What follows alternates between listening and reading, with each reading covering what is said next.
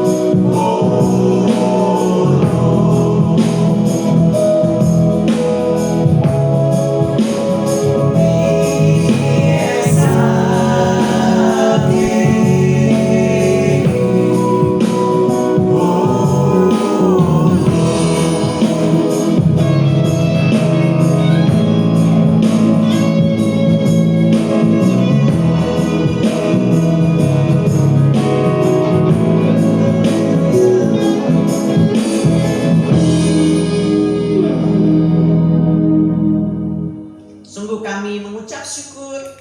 Biar dalam kehidupan kami boleh senantiasa menyembah nama Tuhan Yesus yang telah memberikan anugerah yang besar. Terima kasih kalau kami bisa memasuki tahun 2026 ini atas penyertaan Tuhan saja.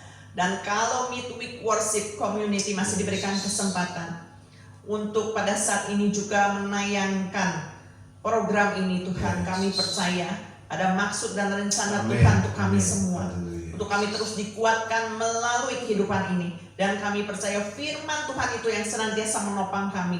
Untuk kami terus hidup membawa berkat buat sesama. Bahkan kami juga terus memperkuat iman kami. Di tahun ini kami percaya Tuhan kembali akan menyertai kehidupan kami. Tuhan akan membantu kami.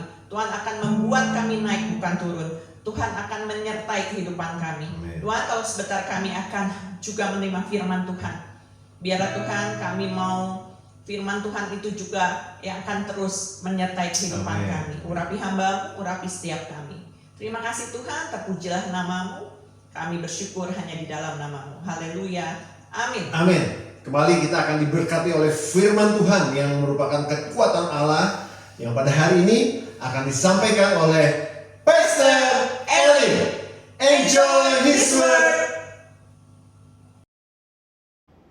Shalom Bapak Ibu, selamat berjumpa kembali dalam kasih Tuhan. Saya Pendeta Elim ingin mengajak kepada kita semuanya, mari kita merenungkan sesuatu dari apa yang Tuhan inginkan untuk kita kerjakan bersama-sama. Pada satu waktu Tuhan Yesus memberikan undangan kepada semua yang ada, yang tertulis dalam Matius pasal 22 ayat 1 sampai 14. Dalam undangan itu ada 3 kali Tuhan Yesus mengundang. Undangan yang pertama, semua orang menolak. Undangan yang kedua, ketika ditolak dia undang lagi yang kedua. Dan kemudian orang-orang menolak dengan alasan ada satu bahwa masih ngurus ladang. Alasan lagi mengurus usahanya.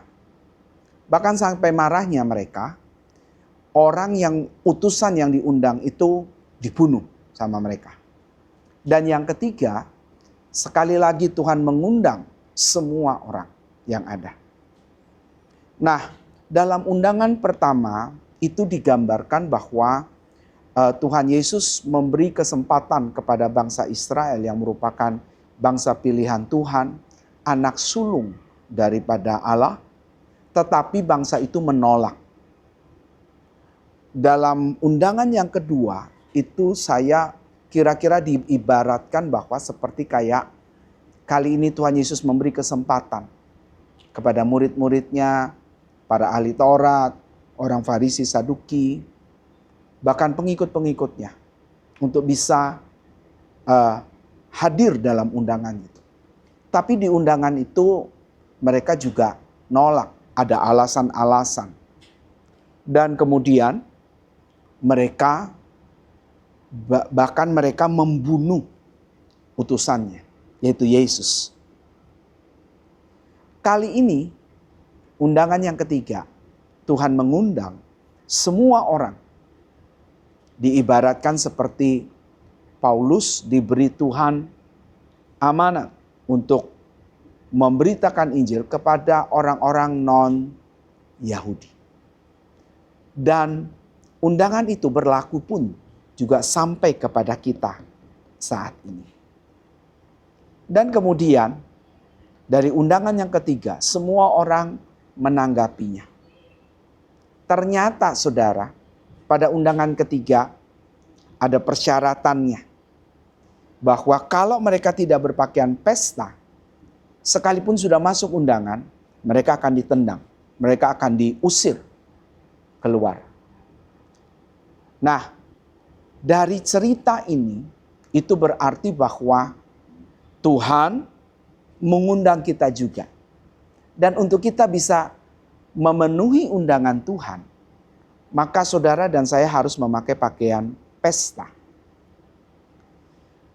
Apa itu pakaian pesta?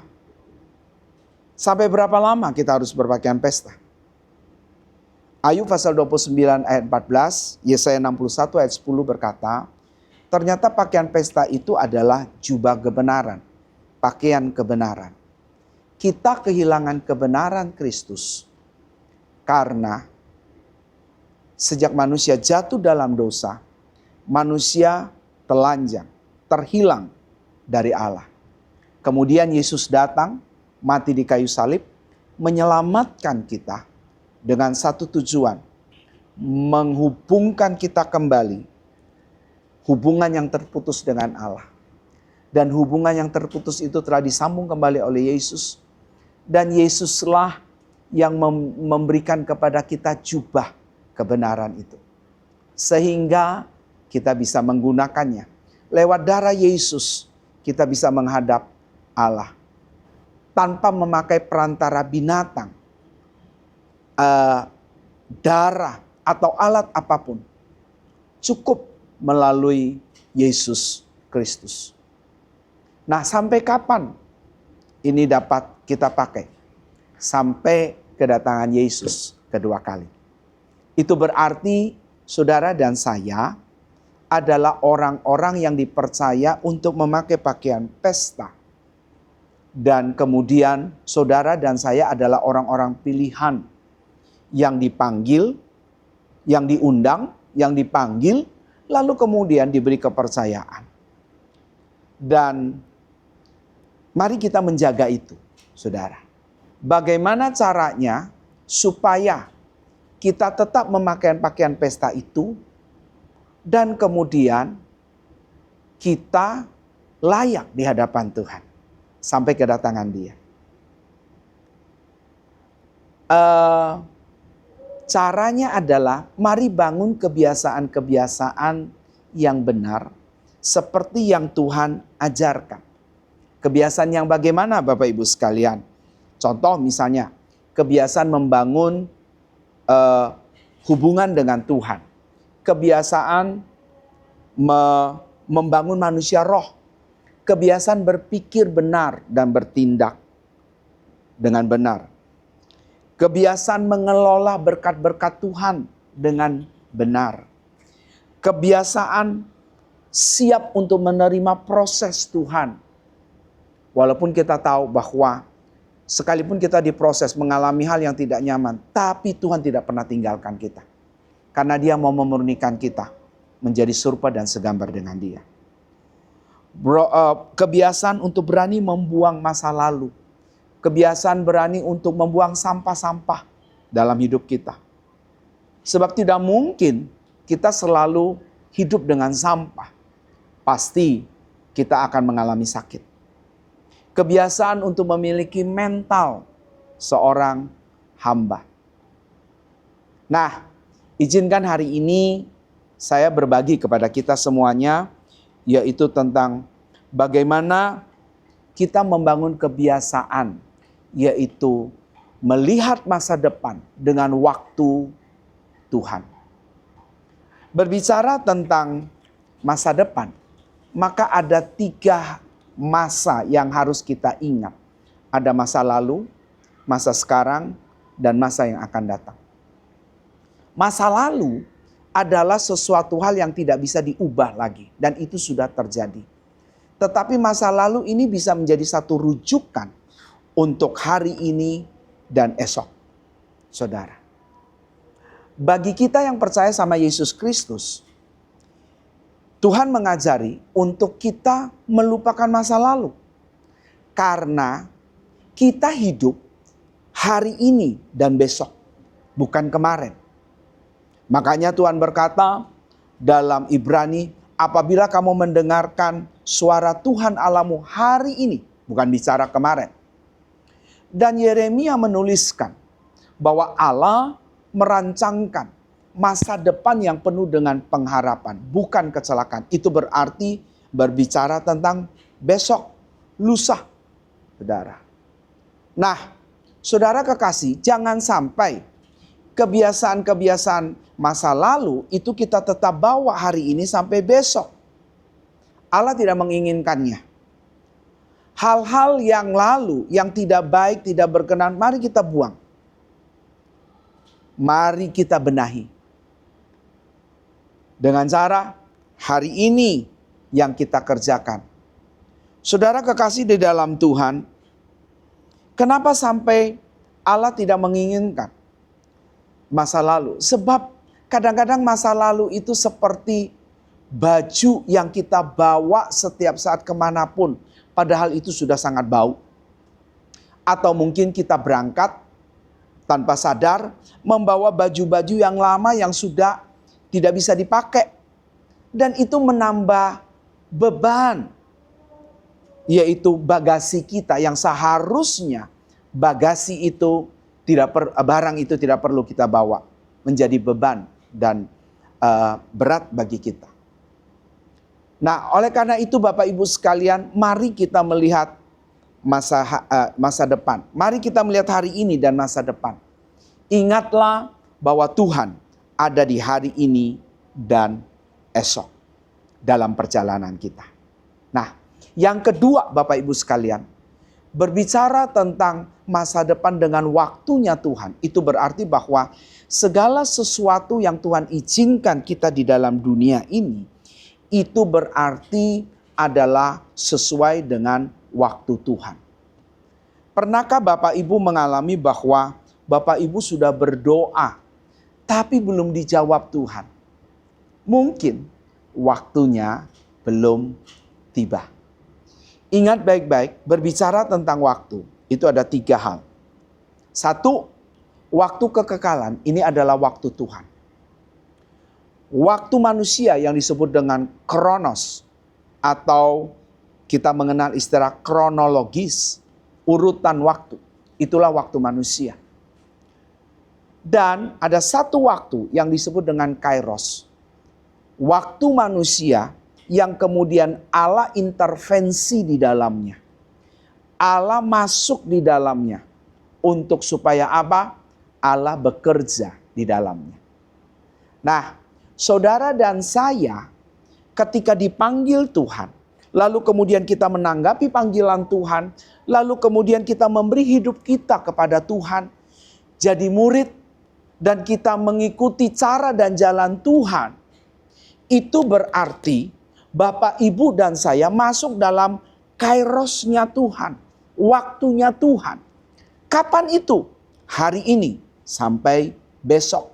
Sampai kapan? Sampai kita menutup mata. Sampai kapan? Sampai kita berjumpa dengan Tuhan.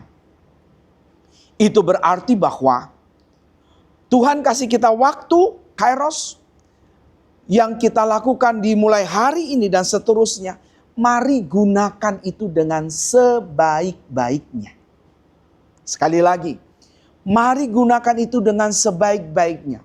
Bangun kebiasaan-kebiasaan itu dengan cara jalan yang benar. Mari bangun itu sesuai dengan kehendak Tuhan. Singkirkan apa yang bukan kehendak Tuhan. Berani melepaskan yang mungkin bagi kita rasanya itu berharga dan berarti, tapi tidak berarti di hadapan Tuhan. Berani untuk melepaskan. Berani untuk meninggalkan baju-baju itu supaya kita tidak over bagasi. Berani untuk menanggalkan baju kita yang lama untuk memakai baju yang baru. Dan teruslah menggunakan baju itu. Sebab percayalah, ketika kairos Tuhan itu berlaku kepada kita, mulai hari ini dan seterusnya, itu berarti 1, Tuhan menyertai kita. Tuhan tolong kita. Tuhan ada di pihak kita. Dan Tuhan tahu ketika kita menangis.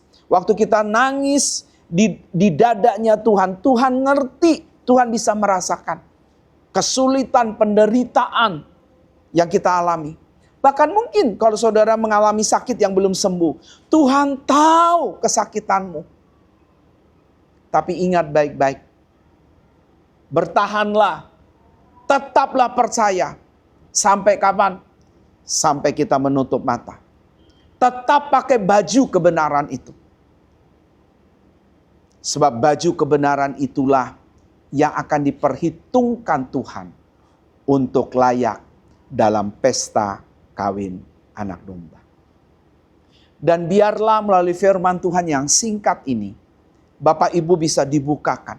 Bapak Ibu bisa memahami dengan mengerti bahwa kalau Tuhan mengundang kita, itu berarti saudara dan saya adalah orang-orang yang dihargai, dihormati. Sebagaimana ketika saudara dapat undangan, saudara temukan namamu di undangan itu berarti orang itu sangat hormat, respect, berharap sungguh kita dapat memenuhi undangannya. Demikian juga dengan Tuhan. Lalu kemudian ketika kita datang ke undangan itu dengan persyaratan yaitu memakai baju pesta, pakailah baju kebenaran itu selama pesta berlangsung. Nikmatilah dalam pesta, dalam kurun waktunya Tuhan yang Tuhan sediakan untuk saudara dan saya. Kapan itu? Hari ini. Sampai kapan? Besok. Sampai kapan lagi? Lusa. Sampai kapan lagi? Seterusnya. Selama itu berarti kita bersama-sama Tuhan dalam undangannya, dalam tempat yang Tuhan sediakan untuk kita semuanya. Tuhan Yesus memberkati. Mari kita berdoa. Bapa di surga, kami bersyukur untuk semua kasih setia, anugerah dan kebaikan Tuhan yang kami boleh alami. Biarlah setiap kami yang mendengarkannya, kami menanggapi undangan Tuhan dalam hidup kami. Dan kami menggunakan waktu itu dengan sebaik-baiknya. Dengan memakai pakaian kebenaran yang melekat dalam hidup kami. Di mana pakaian itu kami berasal, bersumber daripada Engkau sendiri yang telah mati di kayu salib, mencurahkan darah-Mu dan mengenakan pakaian kebenaran itu kepada kami. Dan biarlah kami tetap mau setia. Sebagaimana janji Tuhan, bahwa Tuhan memberikan masa depan yang penuh dengan harapan. Mulai hari ini dan seterusnya, masa depan kami adalah masa depan yang penuh dengan harapan. Masa depan yang tidak ada kecelakaan. Sebab ada Tuhan bersama dengan kami. Sebab kami mengalami kairos Tuhan dalam hidup kami. Terpuji nama-Mu. Biarlah setiap kami yang mengalami pergumulan apapun, kami tetap kuat menghadapinya. Kami yang mengalami duka yang bagaimanapun, kami tetap bisa bersyukur kepada Tuhan. Kami yang mengalami sukacita sekalipun, kami juga tidak lupa diri dan tetap mengandalkan Tuhan di dalam segala sesuatu. Terima kasih ya Tuhan. Biarlah firman ini termaterai di dalam hidup kami. Bagi-Mu Tuhan, kemuliaan sampai selama-lamanya. Amin. Shalom, Tuhan memberkati.